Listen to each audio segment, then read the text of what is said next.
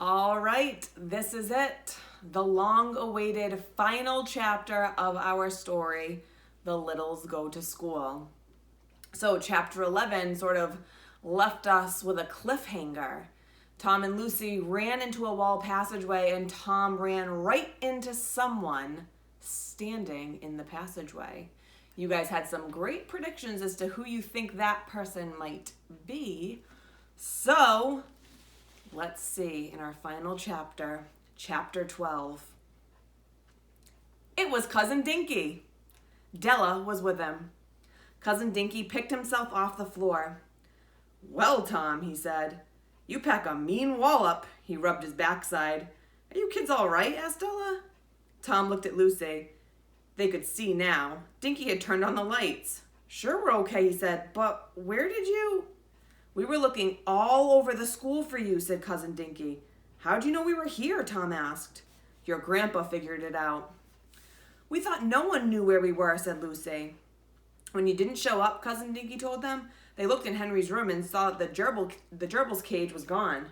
Then everybody panicked. They thought for sure you were on your way to the animal hospital.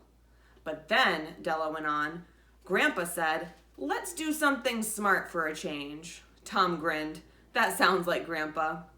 "He looked at today's date on Mrs. Biggs' appointment calendar," Cousin Dinky said. "And there it was in plain English," said Della. "Take Henry's gerbils to Mrs. White's second grade class."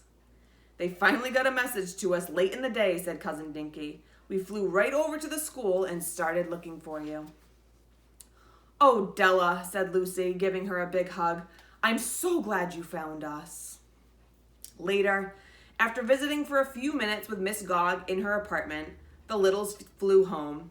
Lucy told everyone in the family that she loved school. "I'm not afraid to go anymore," she said. "I can hardly wait." The day before Lucy and Tom were to join the other tiny children in school, a letter came from the author of We Lived with Giants. Henry Big couldn't understand why she sent a letter to him. Now remember, in the very beginning of our story, Lucy was the one who wrote the letter to the author, but because humans don't know that tiny people exist, she had to pretend the letter was coming from Henry Big. So when the author wrote back, she wrote back to Henry. That's why Henry's confused. Tom and Lucy were listening when he read the letter to his mother. "Dear Henry, thank you for writing to me. I'm glad to hear you enjoyed my book. I like your suggestion of writing a book about tiny people. I don't agree with you, however, that they should have tails. Nobody would ever believe that. Sincerely, B.T. Rice." That's it. That's the end. Lucy and Tom were rescued from school. Lucy is finally looking forward to going to school with the rest of the tiny children, and the author of her book report wrote back to her. Well, technically wrote back to Henry, but to her letter. And the author said that she wouldn't write about tiny people with tails because she doesn't think that anyone would ever believe that tiny people have tails. But we know that the Littles actually do have tails.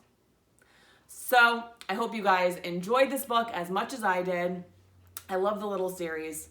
So you have your final assignment for this book in our Google Classroom. Click on the Google form and fill that out for me. And then next week, we will start a brand new book called The Littles and the Lost Children. So I will see you guys next week for the start of our new book.